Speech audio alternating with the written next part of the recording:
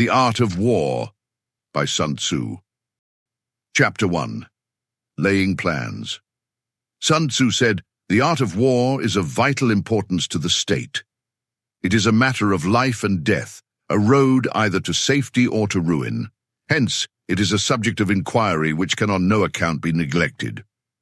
The art of war, then, is governed by 5 constant factors to be taken into account in one's deliberations when seeking to determine the conditions obtaining in the field. These are the moral law, heaven, earth, the commander, method and discipline. The moral law causes the people to be in complete accord with their ruler, so that they will follow him regardless of their lives, undismayed by any danger. Heaven signifies night and day, cold and heat, times and seasons. Earth comprises distances, great and small, danger and security, open ground and narrow passes, the chances of life and death. The commander stands for the virtues of wisdom, sincerity, benevolence, courage, and strictness. By method and discipline are to be understood the marshalling of the army in its proper subdivisions, the graduations of rank among the officers, the maintenance of roads by which supplies may reach the army, and the control of military expenditure. These 5 heads should be familiar to every general. He who knows them will be victorious. He who knows them not will fail. Therefore, in your deliberations when seeking to determine the military conditions, let them be made the basis of a comparison. Which of the 2 sovereigns is imbued with the moral law? Which of the 2 generals has most ability? With whom lie the advantages derived from heaven and earth? On which side is discipline most rigorously enforced? Which army is stronger? On which side are officers and men more highly trained? In which army is there the greater constancy both in reward and punishment? By means of these 7 considerations I can forecast victory or defeat. The general that hearkens to my counsel and acts upon it will conquer. Let such a one be retained in command. The general that hearkens not to my counsel, nor acts upon it, will suffer defeat. Let such a one be dismissed.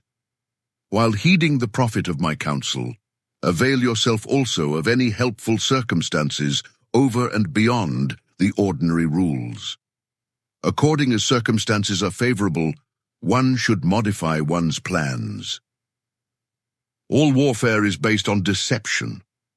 Hence, when able to attack, we must seem unable. When using our forces, we must seem inactive.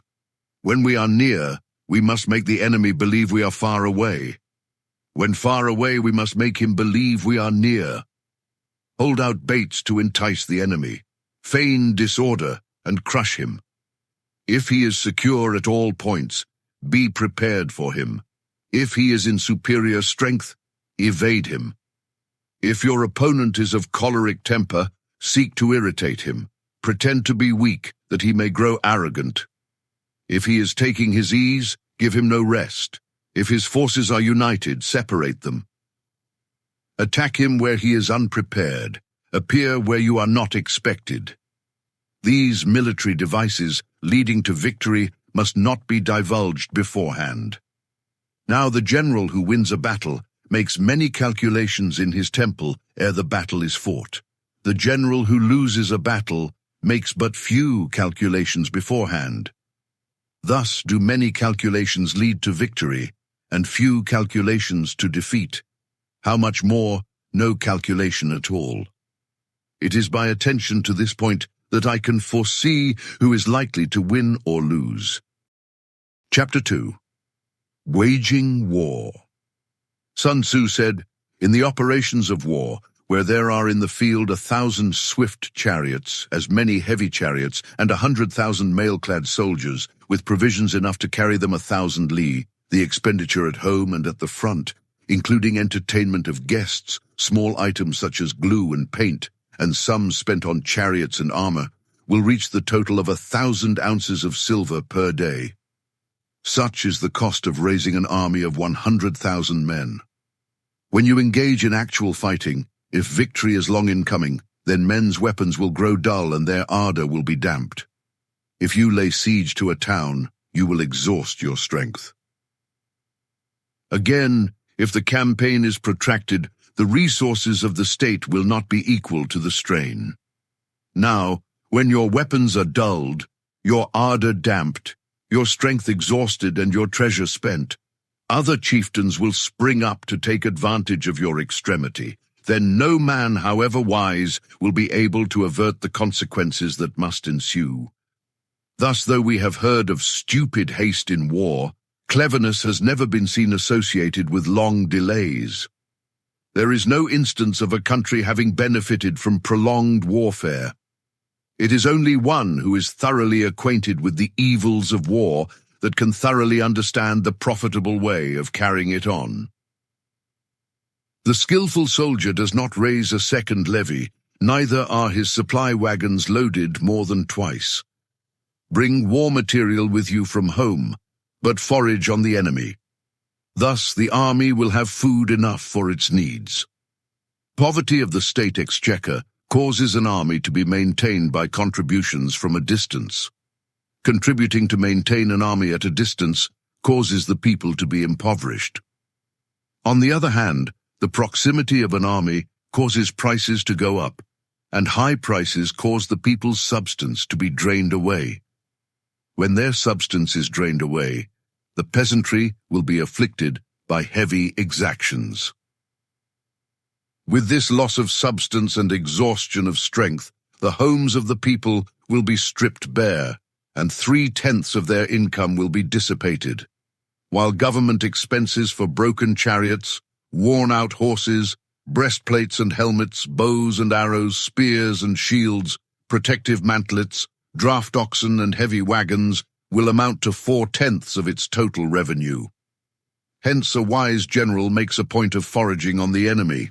1 cartload of the enemy's provisions is equivalent to 20 of one's own, and likewise a single pecul of his provender is equivalent to 20 from one's own store.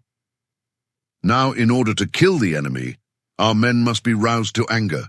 That there may be advantage from defeating the enemy, they must have their rewards. Therefore, in chariot fighting, when 10 or more chariots have been taken, those should be rewarded who took the first. Our own flags should be substituted for those of the enemy, and the chariots mingled and used in conjunction with ours. The captured soldiers should be kindly treated and kept. This is called using the conquered foe to augment one's own strength.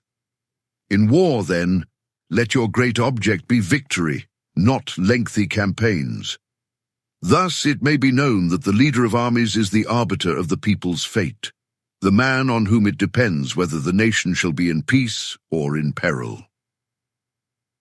Chapter 3. Attack by Stratagem. Sun Tzu said, "In the practical art of war, the best thing of all is to take the enemy's country whole and intact. To shatter and destroy it is not so good. So too, it is better to recapture an army entire than to destroy it, to capture a regiment, a detachment, or a company entire than to destroy them. Hence, to fight and conquer in all your battles is not supreme excellence. Supreme excellence consists in breaking the enemy's resistance without fighting. Thus, the highest form of generalship is to balk the enemy's plans. The next best is to prevent the junction of the enemy's forces. The next in order is to attack the enemy's army in the field, and the worst policy of all is to besiege walled cities. The rule is not to besiege walled cities if it can possibly be avoided. The preparation of mantlets, movable shelters, and various implements of war will take up 3 whole months, and the piling up of mounds over against the walls will take 3 months more. The general, unable to control his irritation, will launch his men to the assault like swarming ants, with the result that 1/3 of his men are slain while the town still remains untaken. Such are the disastrous effects of a siege. Therefore, the skillful leader subdues the enemy's troops without any fighting. He captures their cities without laying siege to them. he overthrows their kingdom without lengthy operations in the field. With his forces intact, he will dispute the mastery of the empire, and thus, without losing a man, his triumph will be complete. This is the method of attacking by stratagem. It is the rule in war. If our forces are 10 to the enemy's 1, to surround him; if 5 to 1, to attack him; if twice as numerous, to divide our army into 2. If equally matched, we can offer battle. If slightly inferior in numbers, we can avoid the enemy. If quite unequal in every way, we can flee from him. Hence, though an obstinate fight may be made by a small force, in the end, it must be captured by the larger force.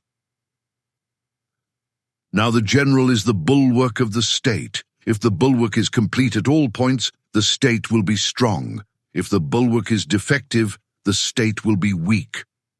There are 3 ways in which a ruler can bring misfortune upon his army: by commanding the army to advance or to retreat, being ignorant of the fact that it cannot obey. This is called hobbling the army. By attempting to govern an army in the same way as he administers a kingdom, being ignorant of the conditions which obtain in an army, this causes restlessness in the soldiers' minds. By employing the officers of his army without discrimination, through ignorance of the military principle of adaptation to circumstances, this shakes the confidence of the soldiers. But when the army is restless and distrustful, trouble is sure to come from the other feudal princes. This is simply bringing anarchy into the army and flinging victory away. Thus we may know that there are 5 essentials for victory. He will win who knows when to fight and when not to fight. He will win who knows how to handle both superior and inferior forces. He will win whose army is animated by the same spirit throughout all its ranks. He will win who, prepared himself, waits to take the enemy unprepared. He will win who has military capacity and is not interfered with by the sovereign. Victory lies in the knowledge of these 5 points. Hence the saying, if you know the enemy and know yourself, you need not fear the result of 100 battles. If you know yourself but not the enemy, for every victory gained, you will also suffer a defeat.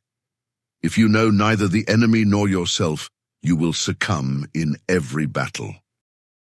Chapter 4. Tactical Dispositions. Sun Tzu said, "The good fighters of old first put themselves beyond the possibility of defeat, and then waited for an opportunity of defeating the enemy. To secure ourselves against defeat lies in our own hands, but the opportunity of defeating the enemy is provided by the enemy himself. Thus, the good fighter is able to secure himself against defeat, but cannot make certain of defeating the enemy. Hence the saying, one may know how to conquer without being able to do it. Security against defeat implies defensive tactics. Ability to defeat the enemy means taking the offensive. Standing on the defensive indicates insufficient strength, attacking a superabundance of strength. The general who is skilled in defense hides in the most secret recesses of the earth. He who is skilled in attack flashes forth from the topmost heights of heaven. Thus, on the one hand, we have ability to protect ourselves. On the other, a victory that is complete. To see victory only when it is within the ken of the common herd is not the acme of excellence. Neither is it the acme of excellence if you fight and conquer, and the whole empire says, well done. To lift an autumn hair is no sign of great strength. To see the sun and moon is no sign of sharp sight. To hear the noise of thunder is no sign of a quick ear. What the ancients called a clever fighter is one who not only wins, but excels in winning with ease. Hence his victories bring him neither reputation for wisdom nor credit for courage. He wins his battles by making no mistakes. Making no mistakes is what establishes the certainty of victory, for it means conquering an enemy that is already defeated. Hence, the skillful fighter puts himself into a position which makes defeat impossible and does not miss the moment for defeating the enemy. Thus it is that in war, the victorious strategist only seeks battle after the victory has been won, whereas he who is destined to defeat first fights and afterwards looks for victory. The consummate leader cultivates the moral law and strictly adheres to method and discipline. Thus, it is in his power to control success. In respect of military method, we have firstly, measurement, secondly, estimation of quantity, thirdly, calculation, fourthly, balancing of chances, fifthly, victory. Measurement owes its existence to earth, estimation of quantity to measurement, calculation to estimation of quantity, balancing of chances to calculation, and victory to balancing of chances. A victorious army opposed to a routed one is as a pound's weight placed in the scale against a single grain. The onrush of a conquering force is like the bursting of pent-up waters into a chasm 1,000 fathoms deep. Chapter 5. Energy.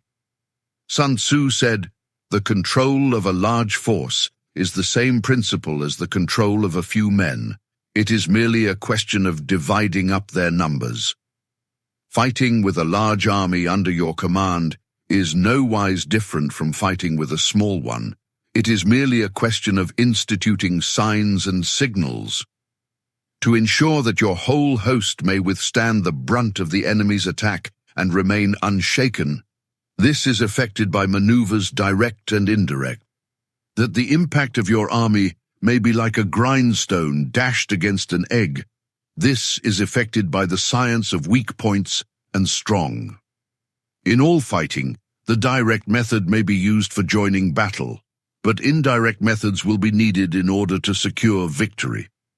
Indirect tactics, efficiently applied, are inexhaustible as heaven and earth, unending as the flow of rivers and streams. Like the sun and moon, they end, but to begin anew.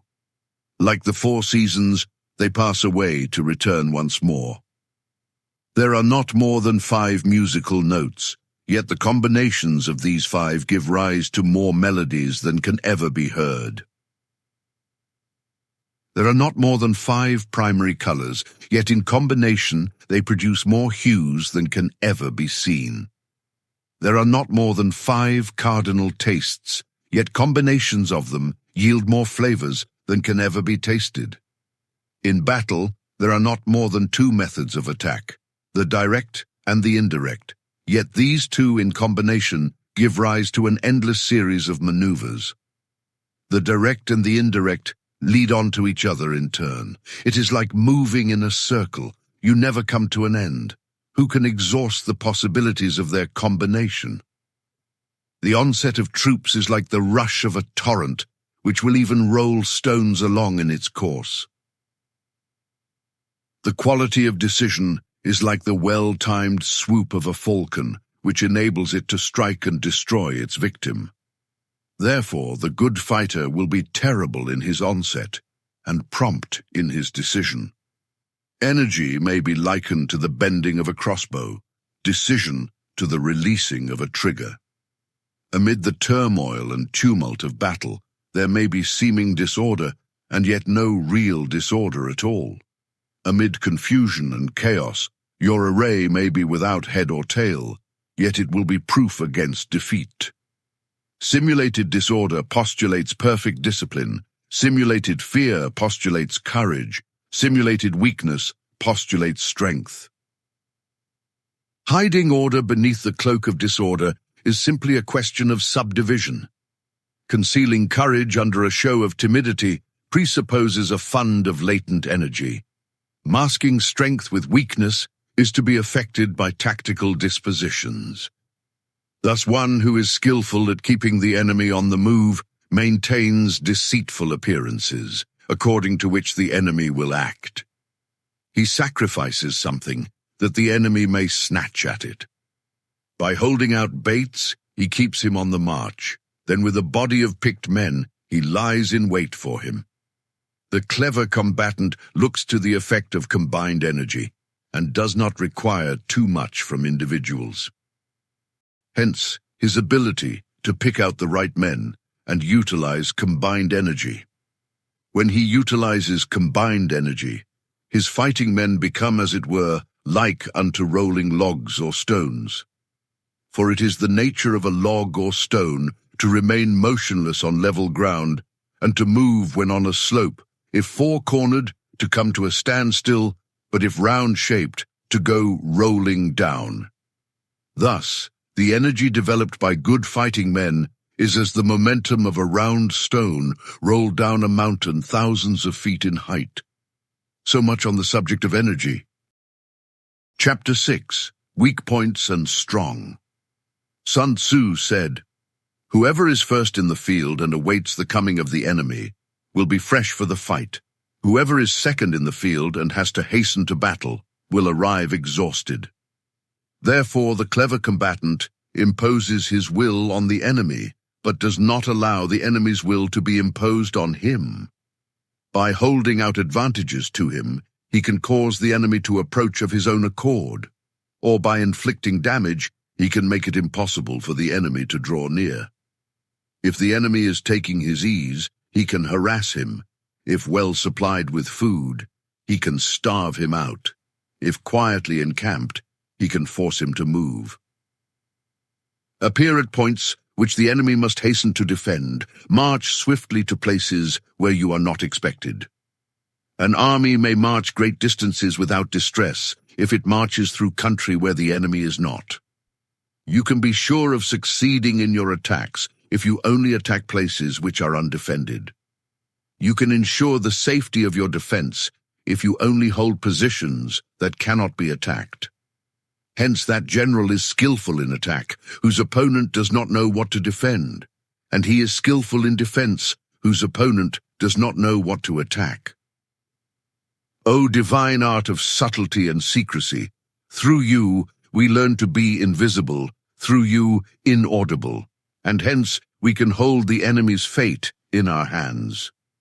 You may advance and be absolutely irresistible if you make for the enemy's weak points. You may retire and be safe from pursuit if your movements are more rapid than those of the enemy. If we wish to fight, the enemy can be forced to an engagement even though he be sheltered behind a high rampart and a deep ditch. All we need do is attack some other place that he will be obliged to relieve. If we do not wish to fight, we can prevent the enemy from engaging us, even though the lines of our encampment be merely traced out on the ground. All we need do is to throw something odd and unaccountable in his way. By discovering the enemy's dispositions and remaining invisible ourselves, we can keep our forces concentrated, while the enemy's must be divided. We can form a single united body, while the enemy must split up into fractions. Hence, there will be a whole pitted against separate parts of a whole, which means that we shall be many to the enemy's few. And if we are able thus to attack an inferior force with a superior one, our opponents will be in dire straits. The spot where we intend to fight must not be made known, for then the enemy will have to prepare against a possible attack at several different points, and his forces being thus distributed in many directions, the numbers we shall have to face at any given point will be proportionately few. For should the enemy strengthen his van, he will weaken his rear. Should he strengthen his rear, he will weaken his van. Should he strengthen his left, he will weaken his right. Should he strengthen his right, he will weaken his left. If he sends reinforcements everywhere, he will everywhere be weak. Numerical weakness comes from having to prepare against possible attacks. Numerical strength from compelling our adversary to make these preparations against us. Knowing the place and the time of the coming battle, we may concentrate from the greatest distances in order to fight. But if neither time nor place be known, then the left wing will be impotent to succor the right equally impotent to succor the left, the van unable to relieve the rear, or the rear to support the van. How much more so if the furthest portions of the army are anything under 100 li apart, and even the nearest are separated by several li. Though according to my estimate the soldiers of UA exceed our own in number, that shall advantage them nothing in the matter of victory. I say then that victory can be achieved. Though the enemy be stronger in numbers, we may prevent him from fighting. Scheme so as to discover his plans and the likelihood of their success. Rouse him and learn the principle of his activity or inactivity. Force him to reveal himself so as to find out his vulnerable spots. Carefully compare the opposing army with your own so that you may know where strength is superabundant and where it is deficient. In making tactical dispositions, the highest pitch you can attain is to conceal them. Conceal your dispositions, and you will be safe from the prying of the subtlest spies, from the machinations of the wisest brains. How victory may be produced for them out of the enemy's own tactics, that is what the multitude cannot comprehend. All men can see the tactics whereby I conquer, but what none can see is the strategy out of which victory is evolved. Do not repeat the tactics which have gained you one victory, but let your methods be regulated by the infinite variety of circumstances. Military tactics are like unto water, for water in its natural course runs away from high places and hastens downwards. So in war, the way is to avoid what is strong and to strike at what is weak. Water shapes its course according to the nature of the ground over which it flows. The soldier works out his victory in relation to the foe whom he is facing. Therefore, just as water retains no constant shape, so in warfare there are no constant conditions. He who can modify his tactics in relation to his opponent and thereby succeed in winning may be called a heaven-born captain. The 5 elements, water, fire, wood, metal, earth, are not always equally predominant. The 4 seasons make way for each other in turn. There are short days and long. The moon has its periods of waning and waxing. So much on the subject of weak points and strong. Chapter 7. Maneuvering. Sun Tzu said, "In war, the general receives his commands from the sovereign. Having collected an army and concentrated his forces, he must blend and harmonize the different elements thereof before pitching his camp. After that comes tactical maneuvering, than which there is nothing more difficult. The difficulty of tactical maneuvering consists in turning the devious into the direct, and misfortune into gain. Thus, to take a long and circuitous route, after enticing the enemy out of the way, and those starting after him to contrive to reach the goal before him, shows knowledge of the artifice of deviation. Maneuvering with an army is advantageous, with an undisciplined multitude, most dangerous. If you set a fully equipped army in march in order to snatch an advantage, the chances are that you will be too late. On the other hand, to detach a flying column for the purpose involves the sacrifice of its baggage and stores. Thus, if you order your men to roll up their buff coats and make forced marches without halting day or night, covering double the usual distance at a stretch, doing 100 li in order to wrest an advantage, the leaders of all your 3 divisions will fall into the hands of the enemy. The stronger men will be in front, the jaded ones will fall behind, and on this plan only 1/10 of your army will reach its destination. If you march 50 li in order to outmaneuver the enemy, you will lose the leader of your 1st division, and only half your force will reach the goal. If you march 30 li with the same object, 2/3 of your army will arrive. We may take it then that an army without its baggage train is lost. Without provisions it is lost. Without bases of supply it is lost. We cannot enter into alliances until we are acquainted with the designs of our neighbors. We are not fit to lead an army on the march unless we are familiar with the face of the country, its mountains and forests, its pitfalls and precipices, its marshes and swamps. We shall be unable to turn natural advantages to account unless we make use of local guides. In war, practice dissimulation, and you will succeed. Whether to concentrate or to divide your troops must be decided by circumstances. Let your rapidity be that of the wind, your compactness that of the forest.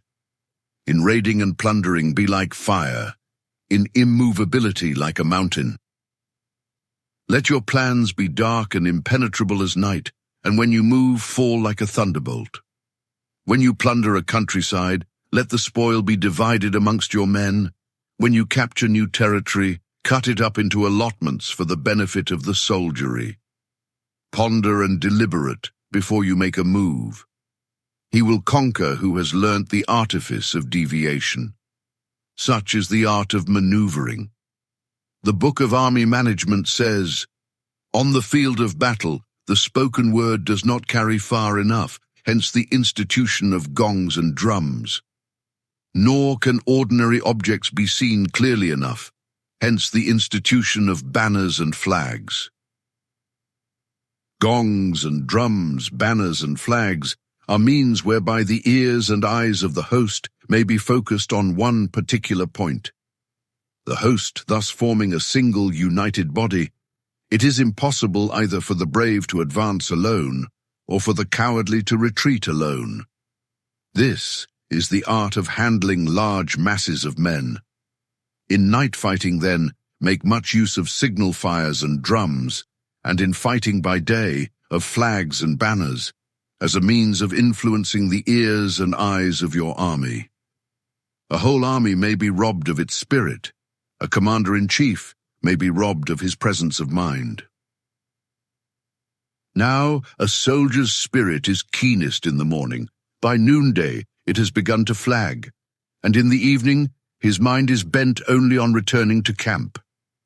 A clever general, therefore, avoids an army when its spirit is keen, but attacks it when it is sluggish and inclined to return. This is the art of studying moods. Disciplined and calm to await the appearance of disorder and hubbub amongst the enemy. This is the art of retaining self-possession. To be near the goal while the enemy is still far from it, to wait at ease while the enemy is toiling and struggling, to be well fed while the enemy is famished. This is the art of husbanding one's strength.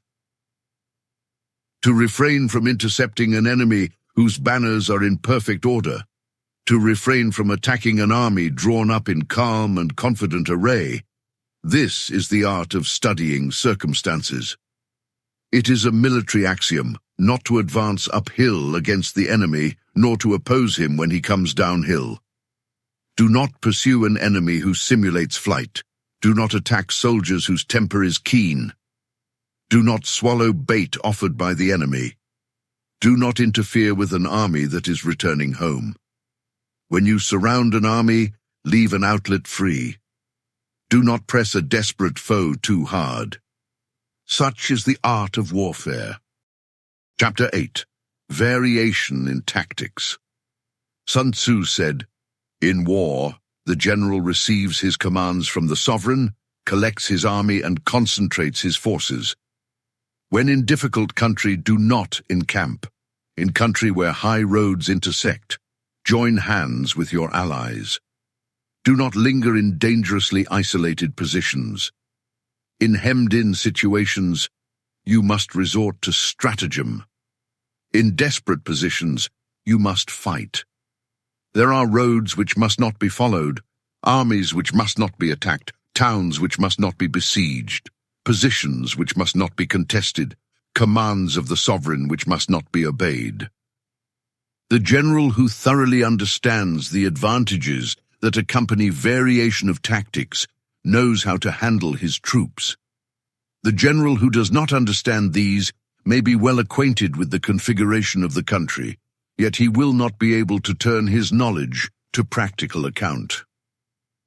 So, the student of war who is unversed in the art of war of varying his plans, even though he be acquainted with the 5 advantages, will fail to make the best use of his men. Hence, in the wise leader's plans, considerations of advantage and of disadvantage will be blended together. If our expectation of advantage be tempered in this way, we may succeed in accomplishing the essential part of our schemes. If, on the other hand, in the midst of difficulties, we are always ready to seize an advantage, we may extricate ourselves from misfortune. Reduce the hostile chiefs by inflicting damage on them, and make trouble for them, and keep them constantly engaged. Hold out specious allurements, and make them rush to any given point. The art of war teaches us to rely not on the likelihood of the enemy's not coming, but on our own readiness to receive him, not on the chance of his not attacking, but rather on the fact that we have made our position unassailable. There are 5 dangerous faults which may affect a general. Recklessness, which leads to destruction. Cowardice, which leads to capture. A hasty temper, which can be provoked by insults. A delicacy of honor, which is sensitive to shame. Over-solicitude for his men, which exposes him to worry and trouble. These are the 5 besetting sins of a general, ruinous to the conduct of war. When an army is overthrown and its leader slain, the cause will surely be found among these 5 dangerous faults. Let them be a subject of meditation. Chapter 9. The Army on the March. Sun Tzu said, "We come now to the question of encamping the army and observing signs of the enemy. Pass quickly over mountains and keep in the neighborhood of valleys. Camp in high places, facing the sun. Do not climb heights in order to fight, so much for mountain warfare. After crossing a river, you should get far away from it. When an invading force crosses a river in its onward march, do not advance to meet it in midstream. It will be best to let half the army get across and then deliver your attack. If you are anxious to fight, you should not go to meet the invader near a river which he has to cross. Moor your craft higher up than the enemy and facing the sun. Do not move upstream to meet the enemy. So much for river warfare. In crossing salt marshes, your sole concern should be to get over them quickly, without any delay. If forced to fight in a salt marsh, you should have water and grass near you, and get your back to a clump of trees. So much for operations in salt marshes. In dry, level country, take up an easily accessible position with rising ground to your right and on your rear, so that the danger may be in front and safety lie behind. So much for campaigning in flat country. These are the 4 useful branches of military knowledge which enabled the Yellow Emperor to vanquish 4 several sovereigns. All armies prefer high ground to low and sunny places to dark. If you are careful of your men and camp on hard ground, the army will be free from disease of every kind, and this will spell victory. When you come to a hill or a bank, occupy the sunny side with the slope on your right rear. Thus you will at once act for the benefit of your soldiers and utilize the natural advantages of the ground. When, in consequence of heavy rains up country, a river which you wish to ford is swollen and flecked with foam, you must wait until it subsides. Country in which there are precipitous cliffs with torrents running between deep natural hollows, confined places, tangled thickets, quagmires and crevasses, should be left with all possible speed and not approached. While we keep away from such places, we should get the enemy to approach them. While we face them, we should let the enemy have them on his rear. If in the neighborhood of your camp there should be any hilly country, ponds surrounded by aquatic grass, hollow basins filled with reeds, or woods with thick undergrowth, they must be carefully routed out and searched, for these are places where men in ambush or insidious spies are likely to be lurking. When the enemy is close at hand and remains quiet, he's relying on the natural strength of his position. When he keeps aloof and tries to provoke a battle, he's anxious for the other side to advance. If his place of encampment is easy of access, he is tendering a bait.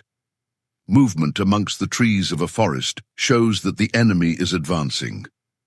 The appearance of a number of screens in the midst of thick grass means that the enemy wants to make us suspicious. The rising of birds in their flight is the sign of an ambuscade. Startled beasts indicate that a sudden attack is coming. When there is dust rising in a high column, it is the sign of chariots advancing. When the dust is low but spread over a wide area, it betokens the approach of infantry. When it branches out in different directions, it shows that parties have been sent to collect firewood. A few clouds of dust moving to and fro signify that the army is encamping. Humble words and increased preparations are signs that the enemy is about to advance. Violent language and driving forward as if to the attack are signs that he will retreat. When the light chariots come out first and take up a position on the wings, it is a sign that the enemy is forming for battle. Peace proposals unaccompanied by a sworn covenant indicate a plot. When there is much running about and the soldiers fall into rank, it means that the critical moment has come. When some are seen advancing and some retreating, it is a lure. When the soldiers stand leaning on their spears, they are faint from want of food. If those who are sent to draw water begin by drinking themselves, the army is suffering from thirst. If the enemy sees an advantage to be gained and makes no effort to secure it, the soldiers are exhausted. If birds gather on any spot, it is unoccupied. Clamor by night betokens nervousness. If there is disturbance in the camp, the general's authority is weak. If the banners and flags are shifted about, sedition is afoot. If the officers are angry, it means that the men are weary. When an army feeds its horses with grain and kills its cattle for food, and when the men do not hang their cooking pots over the campfires, showing that they will not return to their tents, you may know that they are determined to fight to the death. The sight of men whispering together in small knots or speaking in subdued tones points to disaffection amongst the rank and file. Too frequent rewards signify that the enemy is at the end of his resources. Too many punishments betray a condition of dire distress. To begin by bluster, but afterwards to take fright at the enemy's numbers, shows a supreme lack of intelligence. When envoys are sent with compliments in their mouths, it is a sign that the enemy wishes for a truce. If the enemy's troops march up angrily and remain facing ours for a long time, without either joining battle or taking themselves off again, the situation is one that demands great vigilance and circumspection. If our troops are no more in number than the enemy, that is amply sufficient. It only means that no direct attack can be made. What we can do is simply to concentrate all our available strength, keep a close watch on the enemy, and obtain reinforcements. He who exercises no forethought but makes light of his opponents is sure to be captured by them. If soldiers are punished before they have grown attached to you, they will not prove submissive, and unless submissive, then will be practically useless.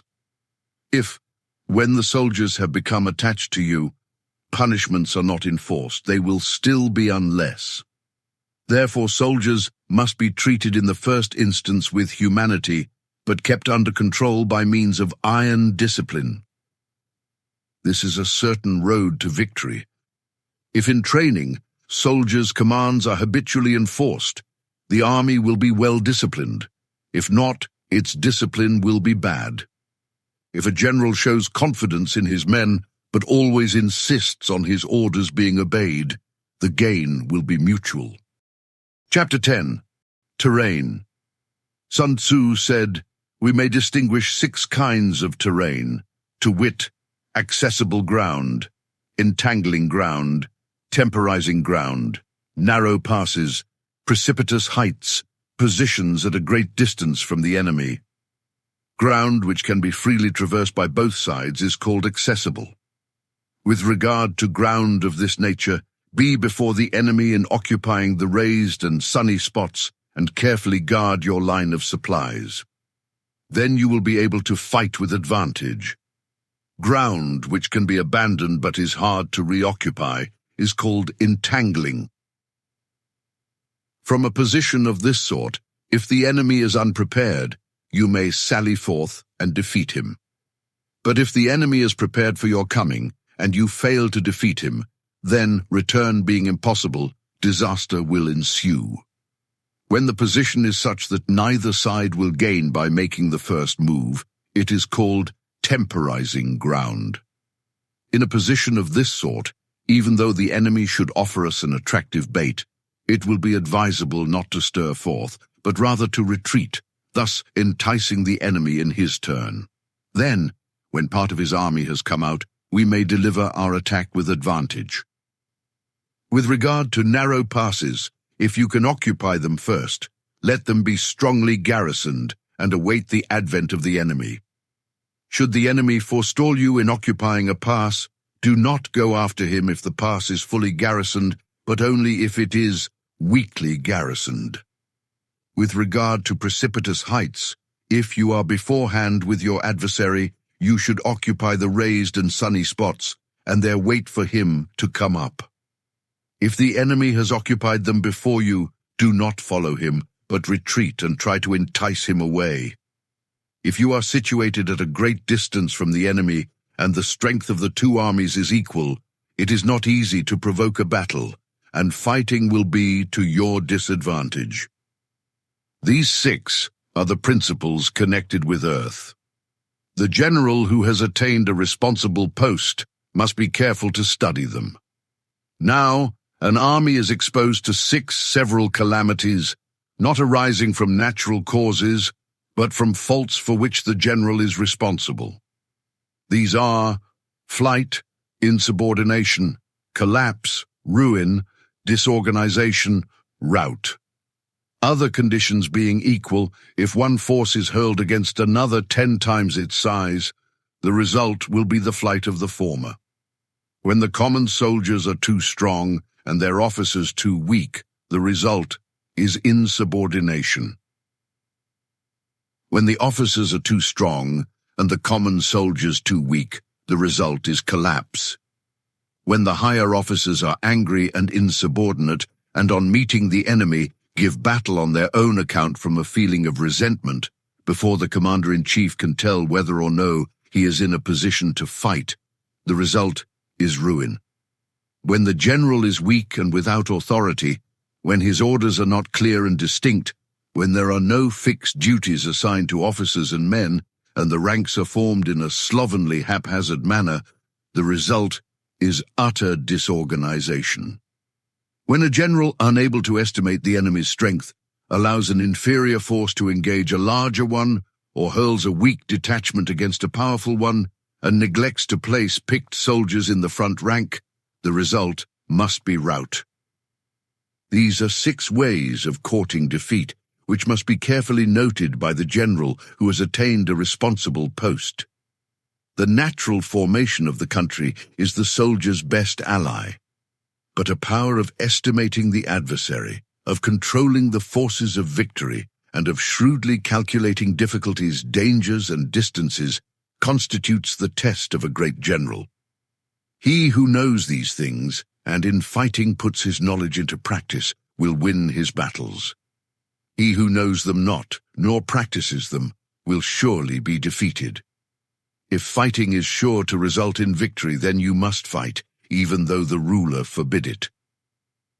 If fighting will not result in victory, then you must not fight, even at the ruler's bidding.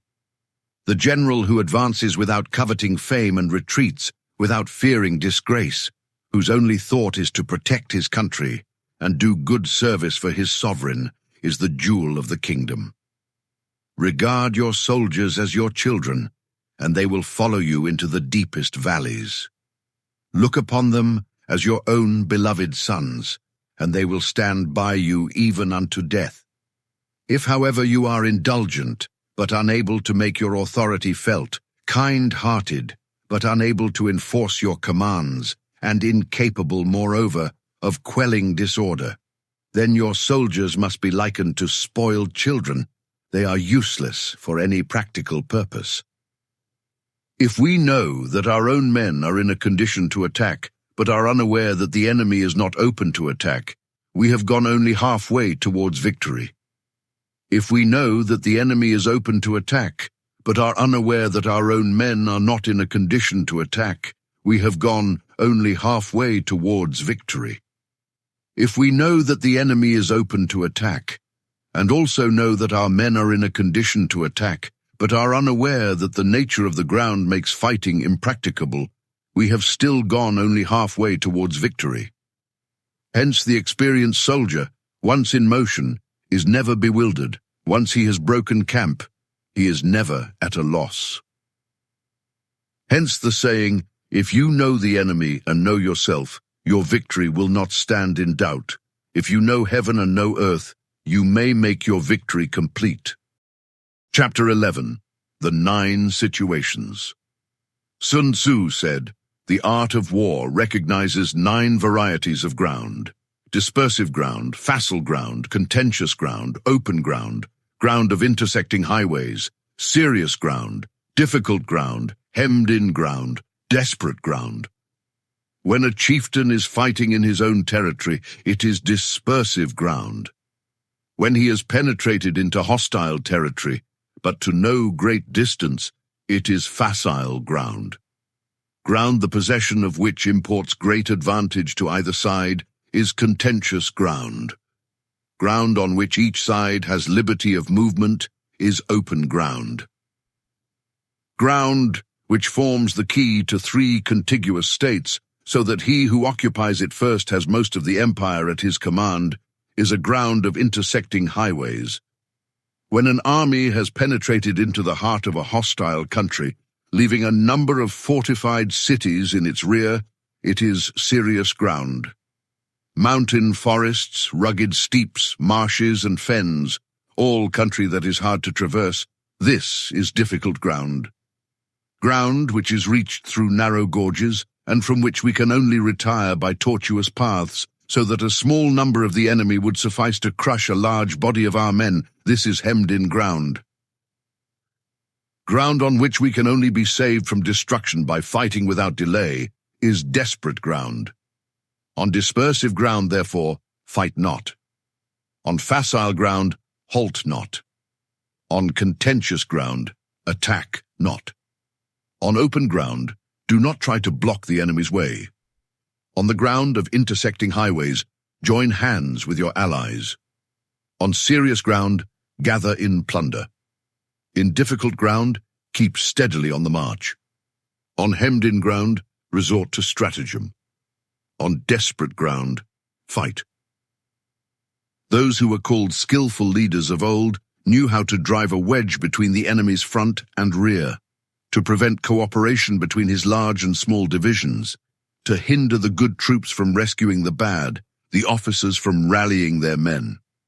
When the enemy's men were united, they managed to keep them in disorder.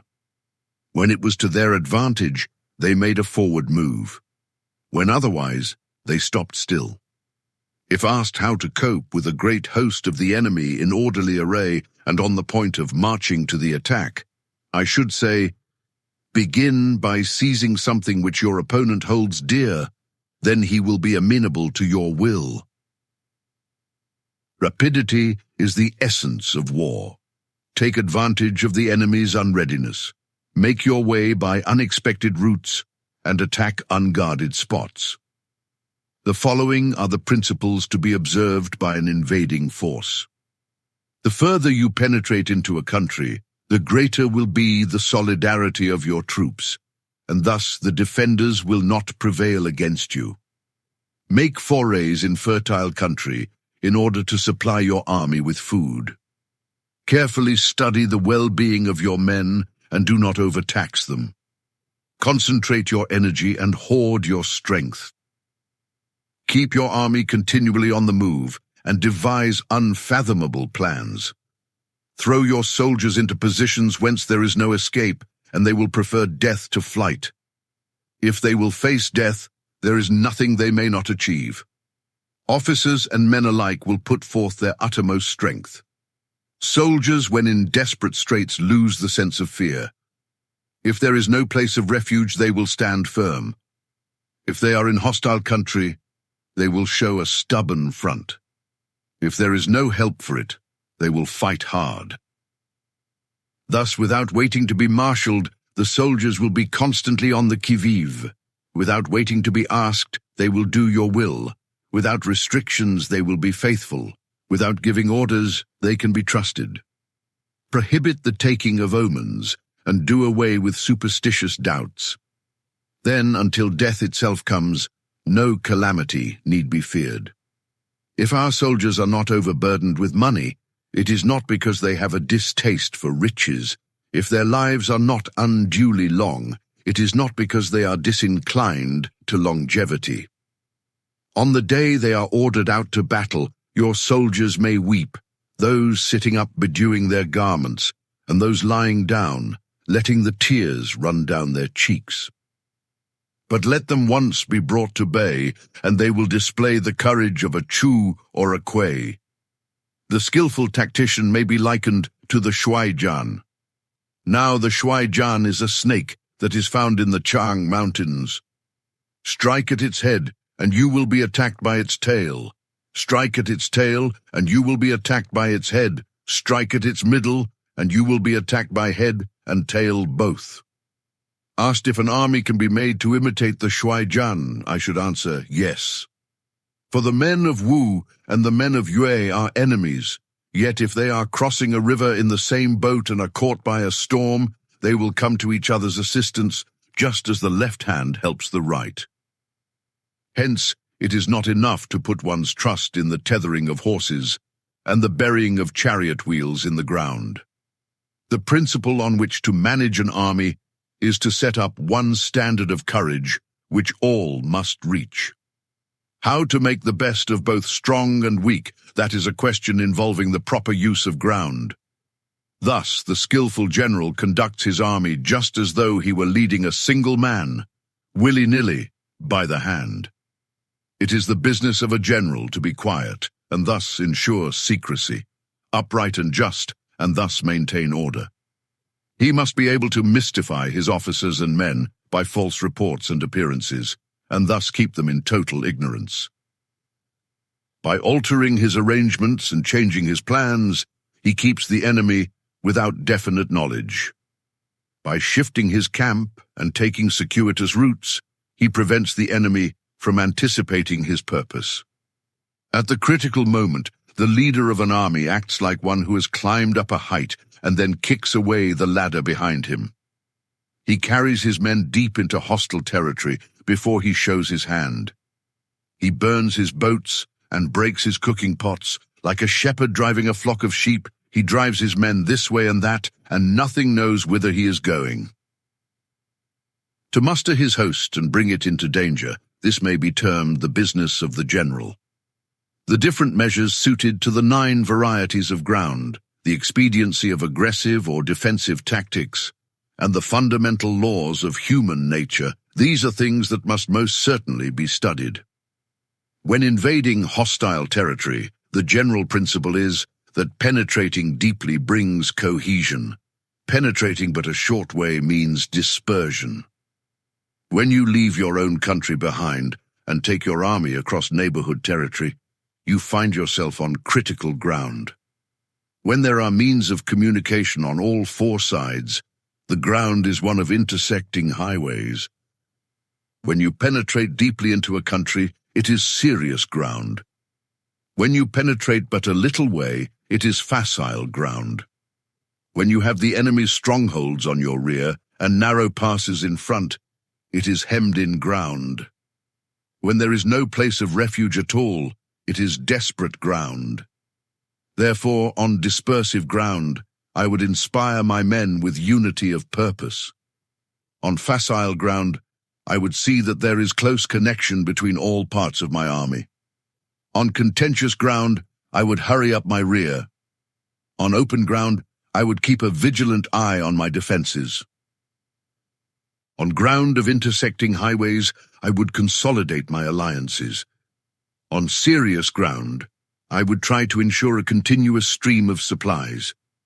On difficult ground, I would keep pushing on along the road. On hemmed-in ground, I would block any way of retreat. On desperate ground, I would proclaim to my soldiers the hopelessness of saving their lives.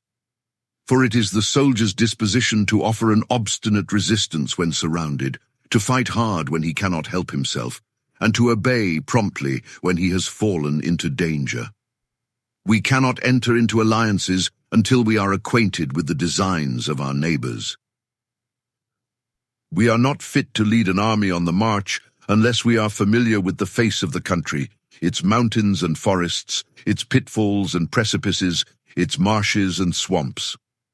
We shall be unable to turn natural advantages to account unless we make use of local guides. To be ignorant of any one of the following 4 or 5 principles does not befit a warlike prince. When a warlike prince attacks a powerful state, his generalship shows itself in preventing the concentration of the enemy's forces. He overawes his opponents, and their allies are prevented from joining against him. Hence, he does not strive to ally himself with all and sundry, nor does he foster the power of other states. He carries out his own secret designs, keeping his antagonists in awe. Thus, he is able to capture their cities and overthrow their kingdoms. Bestow rewards without regard to rule, issue orders without regard to previous arrangements, and you will be able to handle a whole army as though you had to do with but a single man. Confront your soldiers with the deed itself, never let them know your design. When the outlook is bright, bring it before their eyes, but tell them nothing when the situation is gloomy. Place your army in deadly peril, and it will survive. Plunge it into desperate straits, and it will come off in safety.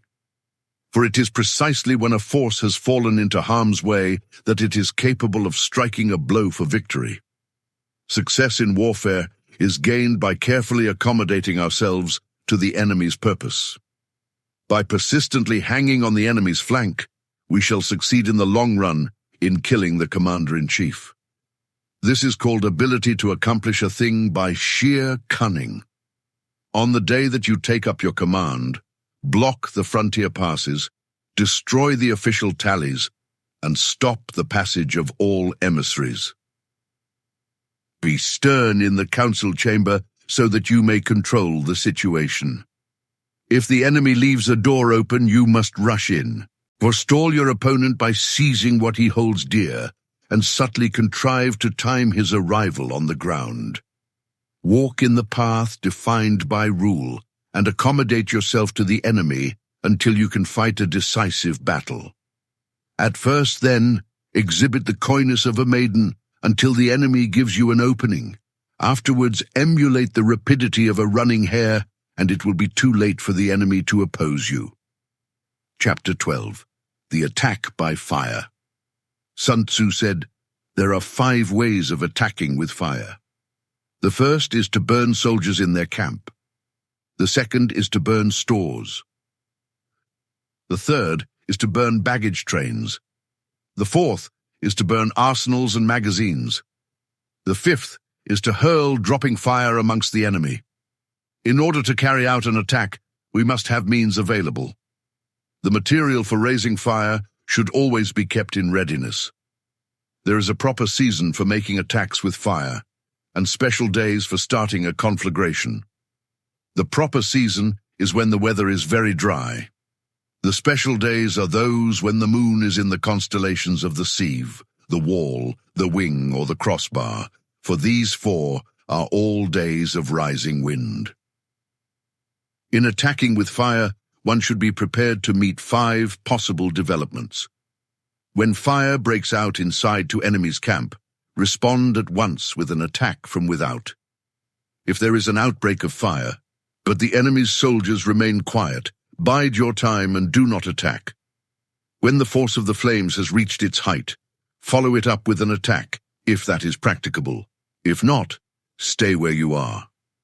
If it is possible to make an assault with fire from without, Do not wait for it to break out within, but deliver your attack at a favorable moment. When you start a fire, be to windward of it. Do not attack from the leeward. A wind that rises in the daytime lasts long, but a night breeze soon falls. In every army, the 5 developments connected with fire must be known, the movements of the stars calculated, and a watch kept for the proper days. Hence, those who use fire as an aid to the attack show intelligence. Those who use water as an aid to the attack gain an accession of strength. By means of water, an enemy may be intercepted, but not robbed of all his belongings. Unhappy is the fate of one who tries to win his battles and succeed in his attacks without cultivating the spirit of enterprise, for the result is waste of time and general stagnation.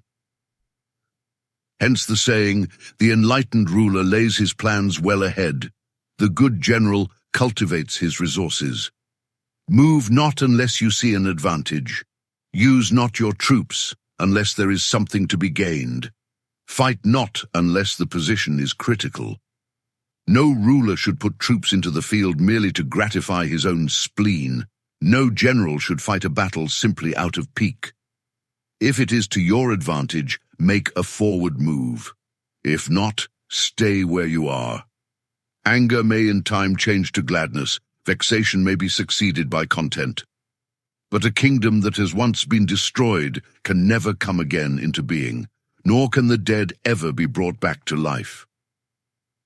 Hence, the enlightened ruler is heedful, and the good general full of caution. This is the way to keep a country at peace and an army intact. Chapter 13. The Use of Spies. Sun Tzu said, "Raising a host of 100,000 men and marching them great distances entails heavy loss on the people and a drain on the resources of the state. The daily expenditure will amount to 1,000 ounces of silver. There will be commotion at home and abroad, and men will drop down exhausted on the highways. As many as 700,000 families will be impeded in their labor. Hostile armies may face each other for years, striving for the victory which is decided in a single day. This being so, to remain in ignorance of the enemy's condition simply because one grudges the outlay of 100 ounces of silver in honors and emoluments is the height of inhumanity. One who acts thus is no leader of men, no present help to his sovereign, no master of victory. Thus, what enables the wise sovereign and the good general to strike and conquer and achieve things beyond the reach of ordinary men is foreknowledge. Now this foreknowledge cannot be elicited from spirits. It cannot be obtained inductively from experience, nor by any deductive calculation. Knowledge of the enemy's dispositions can only be obtained from other men. Hence the use of spies, of whom there are 5 classes: local spies, inward spies, converted spies, doomed spies, surviving spies. When these 5 kinds of spy are all at work, none can discover the secret system. This is called divine manipulation of the threads. It is the sovereign's most precious faculty. Having local spies means employing the services of the inhabitants of a district. Having inward spies, making use of officials of the enemy. Having converted spies, getting hold of the enemy's spies and using them for our own purposes. Having doomed spies, doing certain things openly for purposes of deception and allowing our spies to know of them and report them to the enemy. Surviving spies, finally, are those who bring back news from the enemy's camp. Hence it is that which none in the whole army are more intimate relations to be maintained than with spies. None should be more liberally rewarded. In no other business should greater secrecy be preserved. Spies cannot be usefully employed without a certain intuitive sagacity. They cannot be properly managed without benevolence and straightforwardness. Without subtle ingenuity of mind, one cannot make certain of the truth of their reports. Be subtle, and use your spies for every kind of business. If a secret piece of news is divulged by a spy before the time is ripe, he must be put to death together with the man to whom the secret was told. Whether the object be to crush an army, to storm a city, or to assassinate an individual, it is always necessary to begin by finding out the names of the attendants, the aides de camp, and doorkeepers and sentries of the general in command. Our spies must be commissioned to ascertain these. The enemy's spies who have come to spy on us must be sought out, tempted with bribes, led away, and comfortably housed. Thus, they will become converted spies and available for our service. It is through the information brought by the converted spy that we are able to acquire and employ local and inward spies. It is owing to his information again that we can cause the doomed spy to carry false tidings to the enemy. Lastly, it is by his information that the surviving spy can be used on appointed occasions. The end and aim of spying in all its 5 varieties is knowledge of the enemy, and this knowledge can only be derived, in the first instance, from the converted spy. Hence, it is essential that the converted spy be treated with the utmost liberality. Of old, the rise of the Yin dynasty was due to Ai Qi, who had served under the Xia. Likewise, the rise of the Zhou dynasty was due to Lu Ya, who had served under the Yin. Hence, it is only the enlightened ruler and the wise general who will use the highest intelligence of the army for purposes of spying, and thereby they achieve great results. Spies are a most important element in war because on them depends an army's ability to move.